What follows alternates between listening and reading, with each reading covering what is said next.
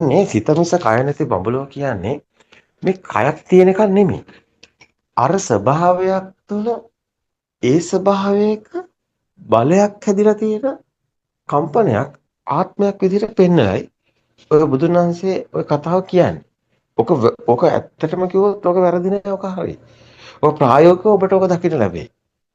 ඔබගේ විඥාණය තුළ ඔබ හුදකලාව ඉන්න තැනක ඔබ කලුවරේ ඉන්නවනම් ඔබට මේ ලෝකේ ඇත්ත වෙලා නම් ඔබට හොල්මන් පේනවා.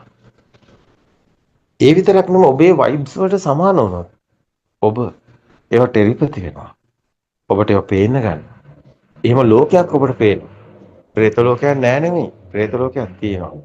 අසුර ලෝකයක් නෑ නෙමෙයි. අසුර ලෝකයක් තියෙනවා.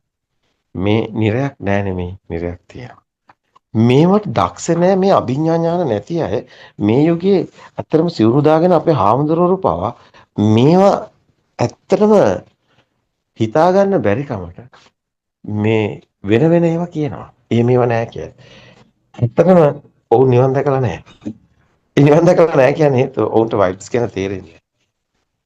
ඔවුන්ට මේ ධර්මතාවය තේරෙන්නේ. ඇත්තටම ඔවුන් ධර්මය දන්නේ නෑ. ඔවුන්ට එහෙම ඥානයක් නෑ. දැනෙන්නේ නෑ. එහෙම අය නිවන ආත්මයක් නැති වෙන එක ගැන ඔවුන්ට තේරෙන්නේ නැහැ පැහැදිලි කරන්න. ඒක උත්තේජවාදී කියලා බුදුන් වහන්සේ පෙන්වුවේ ඒකයි සාස්වතේ උත්තේජ දෙකම ප්‍රතික්ෂේප කරත්තේ. අතන තන්තවලින් මිදුණු දහම කතාව. මෙතන කම්පන වුණොත් තියෙනව නැත්තන් නැහැ කියන්නේ වෙනස්ම කතාවක්. තියනවා කිව්වත් වැරදි නැහැ කිව්වත් වැරදි. මේකේ දැන් අතරම බුදු සමයේ බුදුන් වහන්සේ අපි කියවා දැන් මේ කතාව මෙන්න මෙහෙම බලන්නකො. දැන් ලෝකේ තියෙන එකම ආදරය කිව්වා. ආරස මෙහෙම කිව්වනේ. ඔය ගැන මහා ආදරය කියලා දේශනා ගොඩක් කරලා තියෙනවා. ඔබ හැම කෙනෙක්ම එකම වයිබ් එකකට ලින්ක් වෙනවා කියලා කිව්වා. ඒක දැන් රාමසීතා කතාව ගත්තත් එහෙම නැත්නම් රෝමියෝ ජුලියට් කතාවක් ගත්තත් රාධාක්‍රිෂ්ණ කතාවක් ගත්තත් එහෙම නැත්නම් ඔබ කියන ටයිටැනික් කතාවක් ගත්තත් ඔබට තියෙන ආදර කතාවක් ගත්තත් ඔබ මේ එක වයිබ් එකකට ලින්ක් වෙනවා. ඔබට නොපෙනෙන පැත්තක් මෙතන තියෙනවා. ඔබ හොඳටම ඒව අධ්‍යයනය කරොත් ඔබට පේයි ලෝකේ තියෙන එක ආදරේ ඔබ ඒකට ලින්ක් වෙන එකයි වෙන්නේ. ඒක වයිබ් එකක්. ඒක දැනෙන එකක්. ඒක බැලුවොත් එහෙම ගස් කොළන් වලට තියෙනවා, දරුවන්ට තියෙනවා, ආසට පොළොවට හැමදේටම තියෙනවා. ඒක බැඳීමක්. ඒක බැඳීමක්. ඒ බැඳෙන බලයක්. ඉතින් මේවා ඇත්තට ගැඹුරු මානයකට යනවා මෙහෙම කියනකොට. ඒ විතරක් නෙවෙයි බුද්ධ බලෙත් එහෙමයි. බුද්ධ කියලා කියන්නේ අකම්පිත බලයක්. ඔබ දන්නවද මීට අවුරුදු 2500ක කලින් බුදුන් වහන්සේ යමක් විකාශනය කරනකොට ඒක උන්වහන්සේ අත්දැකලා කියන්නේ. උන්වහන්සේ අත්දකින්න මේ නන් ভাইබ්‍රේෂන් එක. අකම්පිතයක්.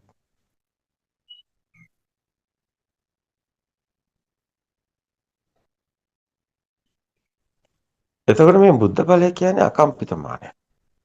එතකොට මීට අවුරුදු 2500ක කලින් බුදුන් වහන්සේ මේ අත්දකිනවා.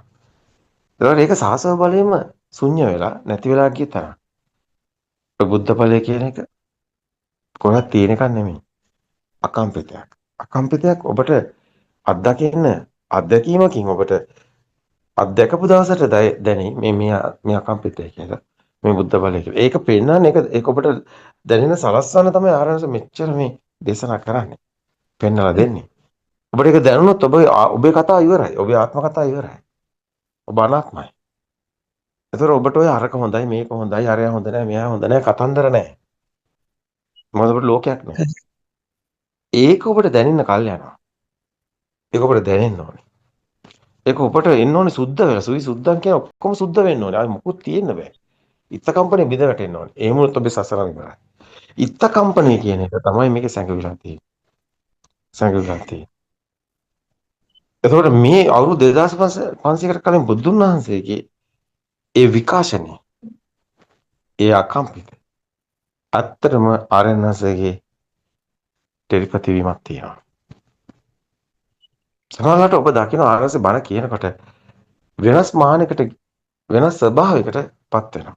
ඊට සම්පූර්ණයෙන් බණ කියවෙන්නේ බුද්ධ භාවය. ඒ බුද්ධ දෙන්නේ නැහැ කියන එකයි. බුද්ධ නම් බුද්ධ. අත්‍තරම ආරණ්‍යස විතරක් නෙමෙයි දැන් ආරණ්‍යසගේ දේශනා අහලා මේක යන්තම් හරි දැනෙන අය නැතුවා නෙමෙයි. ආරණ්‍යස මෙව නිහඬව හිටියට අසම හැම කෙනෙක් ගැනම හොඳින් දන්නවා. හොඳින් වැටහෙනවා. ඔබ කලබල වෙන්න එපා කියන එකයි. මේ භූමිය ආර්ය භූමිය. මේක ශ්‍රේෂ්ඨයි. මේක පෘථග්ජන භූමිය නෙමෙයි.